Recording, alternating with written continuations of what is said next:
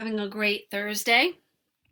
Today I'm going to read you a book about bullying. Oh, I hate bullying so much. I was bullied as a kid and it was terrible. And sometimes I even became a bully because I didn't know how to cope or handle when I was being bullied because I felt so embarrassed and I felt like I had to defend myself in front of other people. So now that I'm an adult, bullying still is there, right?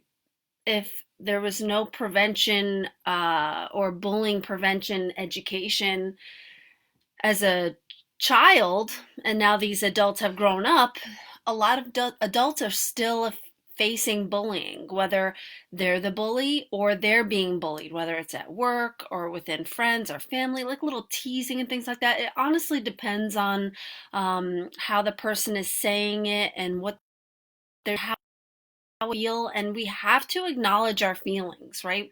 If something doesn't feel right, it doesn't make us feel good.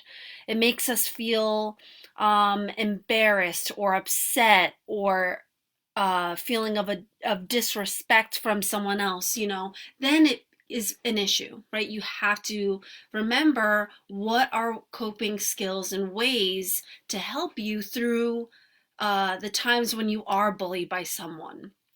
And you can't just, you know, get yourself away from the bullies, right? Sometimes the bullies are at school and you have to go to school. Sometimes they're at home, sometimes they're at work. So we can't just be like, "Oh, well, I'm never going to go there again and I'm just going to avoid them altogether." Well, the more that you push away those feelings of being upset and being frustrated when you are being bullied, you're not facing them. You're just pushing them off and suffering in silence. The thing is that you have to acknowledge these feelings. You have to stand up for yourself. And it's not just, "Oh, well, I'm going to tell my parents or I'm going to tell a friend, like, look, they're bullying me, this and that." It's like, yes, it's good to talk to an adult, but you also have to make your own decisions. You have to choose wisely and based off of logic and emotion, right? How are you feeling? If it doesn't make you feel good, that's a reason, that's like a response to what's going on. So if you don't feel good about something, you should take action on it, right? Acknowledge your feeling and then push for action, whether it is standing up for yourself, being if you're a bystander, if you see someone being bullied, right? It's really important for you as a community member, whatever age, if you see something happen, say something, right? And it's not just to the bully. Maybe you might see something happen, you don't want to get involved, but you tell someone else about it, like not to gossip, but to let them know for safety purposes, whether it is another adult or a police officer or teacher or a family member, just letting them know what's going on. But if you see something happen and you don't say anything and you don't want to get involved and you don't say anything at all, that's not going to help the person being bullied.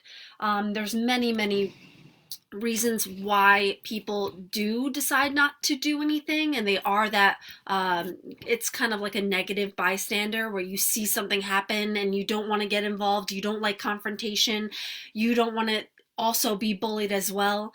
And it's in regards to being a child suffering, these social altercations that we might be going through, and it also is an adult too, like you don't want to get involved, you don't like confrontation. So the most important thing is to be direct and to follow through.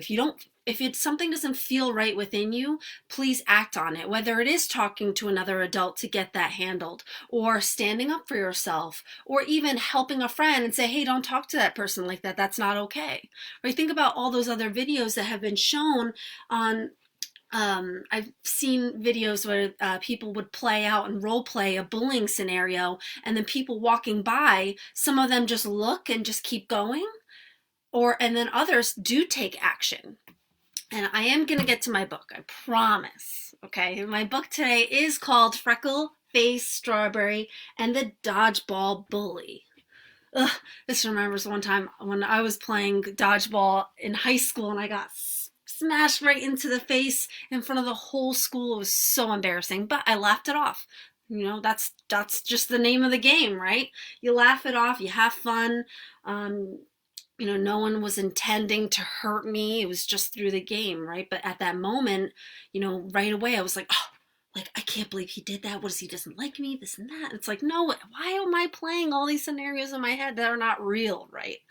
You know, it's just the name of the game. But this book is really adorable into how to confront a bully, right? And this story offers a great opportunity with your classmates or your family to talk about bullying. And, you know, even when it isn't a game, like you're playing a game and something happens, like, you know, whether it makes it fun or not, right? So if someone is planning on hurting someone and they're intending to hurt, that's not the fun of the game. The whole point of playing the game is to have fun, right?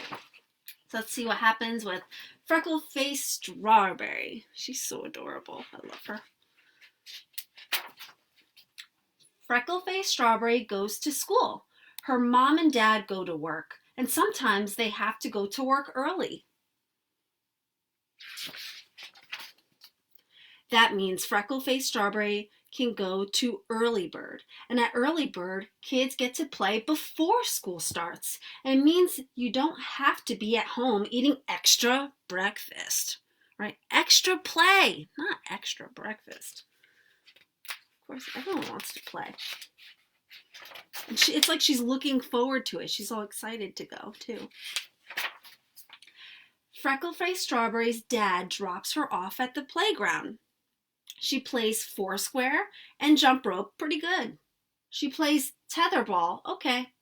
She plays imaginary monster ruling the solar system. Excellent. She plays anything she wants to, unless it's raining, because when it rains, there is only, dodgeball. Scary dodgeball, hairy dodgeball, very, very dodgeball. Freckleface Strawberry does not like dodgeball. She does not like dodgeball because it is too fast and it is too hard. But mostly she does not like dodgeball because of Windy Pants Patrick. Someone probably doesn't play nice. Windy Pants Patrick is big. Windy Pants Patrick is fast. Windy Pants Patrick throws the ball too hard. And when a kid gets hit by the ball, they are out. It sounds like it hurts. The sound is like thwack and sometimes like thwack. But most likely it's ah! Oh boy. One rainy day, Freckleface Strawberry came up with a plan. She would stay in the back and practice her monster. She would hop on her feet all the way in the back. She would look like she was playing, but no one would know. So that's her way of coping with something that she really doesn't want to be involved in. She's scared of getting hurt. Windy Pants Patrick threw the first ball. Down went a kid in the front. Thunk. Out went two girls holding hands. Eek! Somebody's hat flew off. Ah! Oh boy. Seems that he's the only one throwing the ball. Freckleface Strawberry practiced her monster. Windy Pants Patrick threw one more ball. Bop! Freckleface Strawberry hopped on one foot.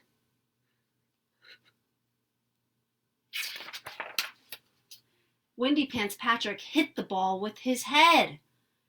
Freckleface Strawberry sang a monster song. Windy Pants Patrick yelled, "Who's the last kid?" Uh-oh.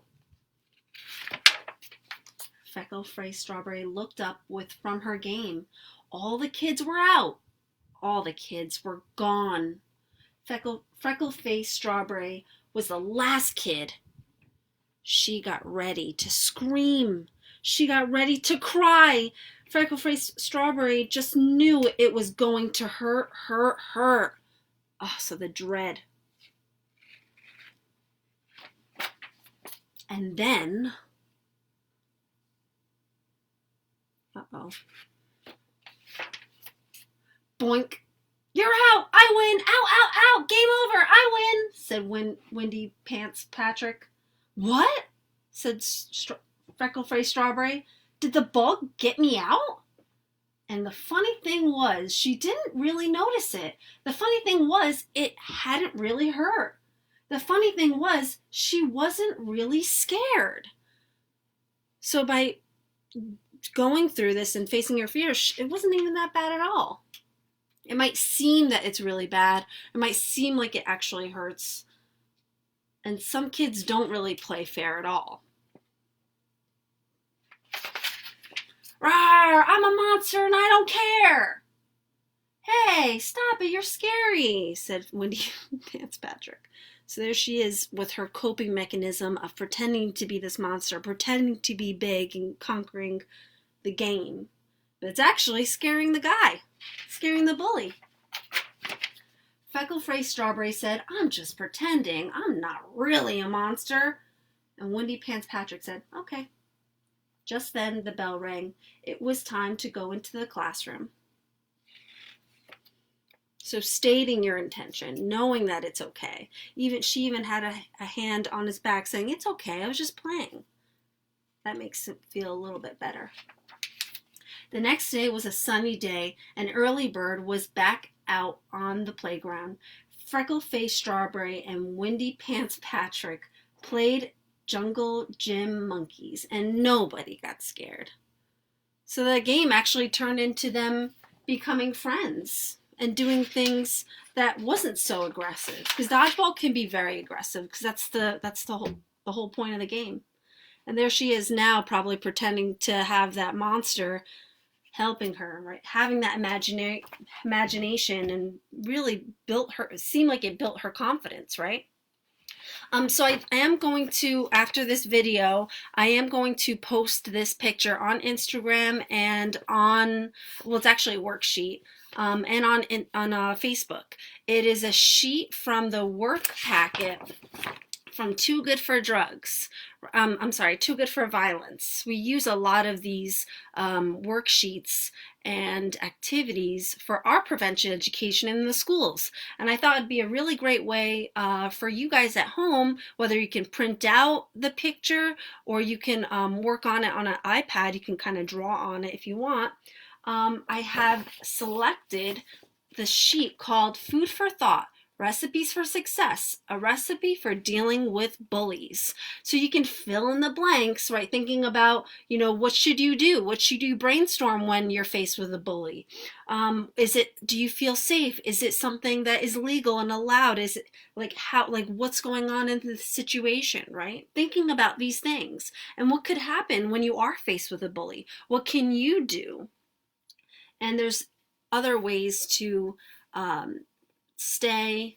I don't want to say the answers, but if you do need help, you can always message me on Facebook and Instagram for help. But you can work on this on your own, thinking about what do you have to do when you are facing a bully. Thinking about how your body is, right? Are you like this? Are you scared? Or are you going to show that you're confident and brave and you have that courage to stand up for yourself, right?